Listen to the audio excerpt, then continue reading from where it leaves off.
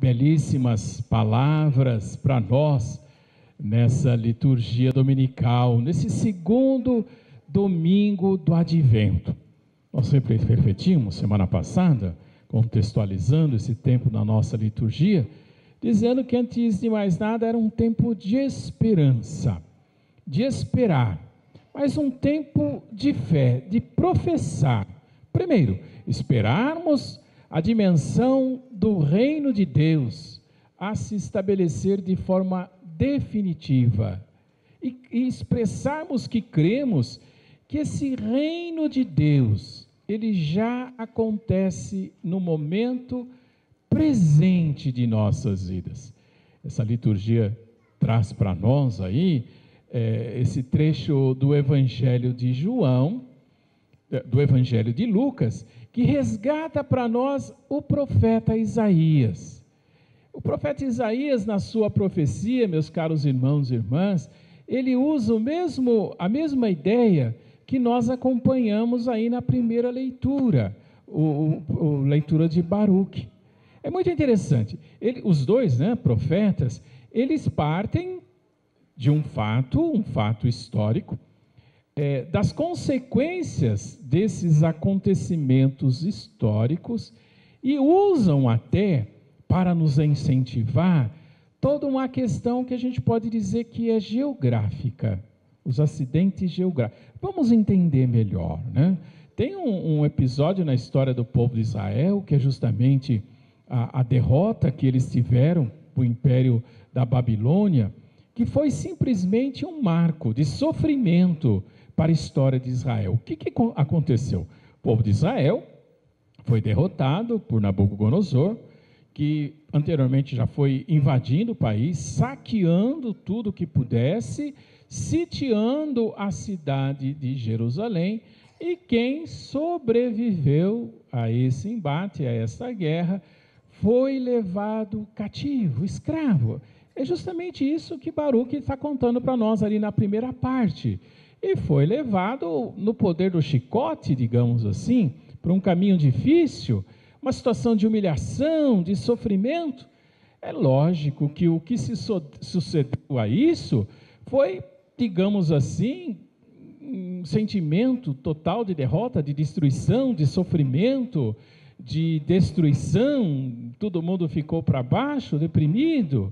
E nesse contexto, os que sobreviveram a esse exílio estavam lá como cativos. É dentro desse contexto que surge aí Baruque, mas surge também Isaías, buscando dar uma palavra de incentivo para que se pudesse sair daquela situação. É mais ou menos assim também para nós nas nossas vidas, meus caros irmãos e irmãs. Quando tudo parece que não está dando certo, quando tudo que a gente tenta dá errado, quando se estabelece situações que acabam se revelando um grande desafio para nós, se a gente deixar de acreditar,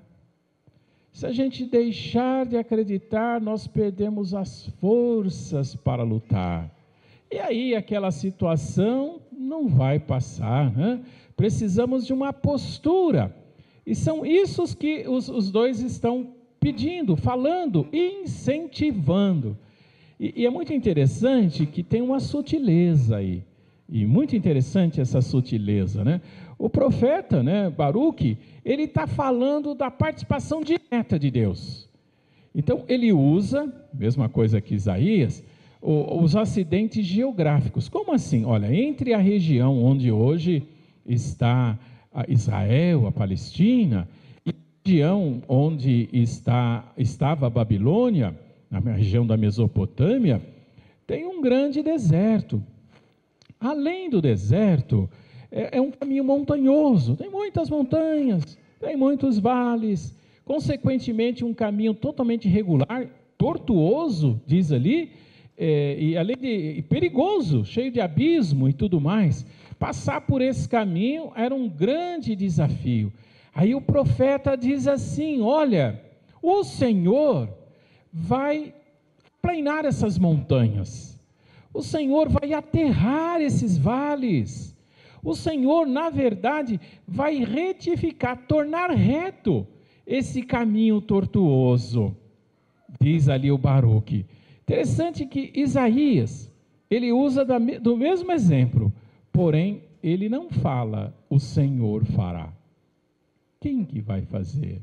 Aí é que está a mensagem desse segundo domingo do Advento. Somos nós, contando sim com a graça de Deus, contando com a força que vem de Deus, numa expressão de fé, meus caros irmãos e irmãs, remover as montanhas, porém, com a necessidade de termos atitudes concretas e sermos protagonistas e agirmos para que essas montanhas e esses vales, esses caminhos tortuosos, deixem de ser o obstáculo.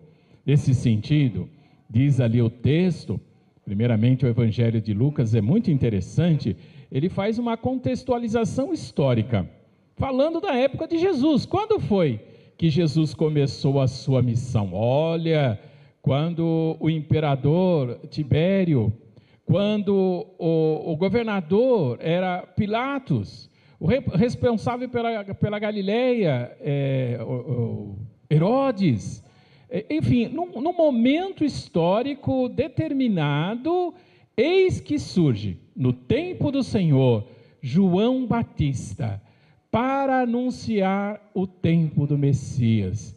Ele faz um apelo, precisamos preparar o caminho.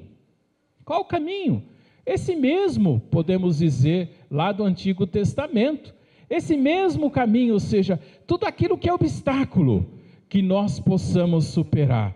De que maneira? João responde, através da nossa conversão. Para que o reino de Deus aconteça, precisamos, em primeiro lugar, acreditar que ele é possível. Nesse sentido, como refletimos inclusive a semana passada, primeiro domingo do Advento, essa dimensão do reino de Deus. É uma espera, sim, o tempo do Advento, uma espera, uma certeza da vinda de Jesus para estabelecer o seu reino definitivo, no final dos tempos. Mas é também numa dimensão de fé, uma certeza de que esse reino de Deus já acontece a partir de agora, no momento presente de nossas vidas. O reino de Deus está no nosso meio. Tem um grande ativista, pacifista da década de 60 nos Estados Unidos, muito interessante. Ele fazia justamente, falando de um sonho, hoje eu tive um sonho, e no sonho dele, Martin Luther King Jr., ele falava de um mundo em que as diferenças pudessem desaparecer.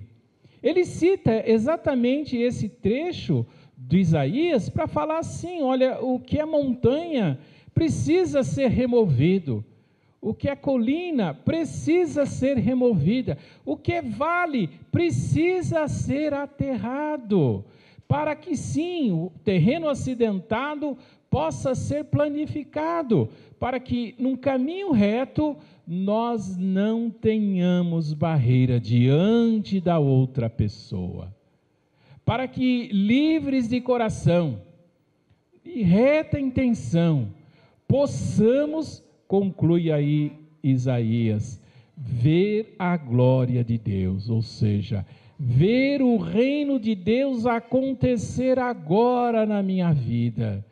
A grande pergunta que podemos fazer a partir de toda essa motivação litúrgica é justamente essa, numa busca de uma verdadeira conversão para o projeto de Deus, num verdadeiro comprometimento para que esse projeto de Deus aconteça nas nossas vidas. Quais as montanhas que estão me atrapalhando de seguir? Quais os vales que estão me dando medo de dar passos à frente com medo de cair no abismo? O que não me deixa caminhar dignamente, Semana passada a liturgia dizia justamente isso: levantai a cabeça, o tempo do Senhor se aproxima de nós e da nossa vida. Meus caros irmãos e irmãs, podem ser muitas as situações que se apresentam como montanha, como vale, nos colocando numa situação que nos impede de conhecer e viver o amor de Deus.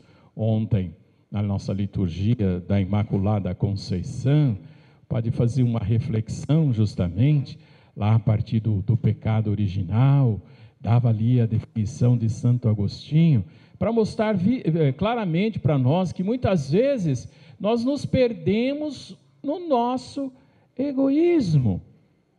Nós, através de se perder no nosso egoísmo, às vezes nós ficamos pessoas acomodadas, pessoas descomprometidas. E aí são verdadeiras montanhas que nos impedem de caminhar para Deus.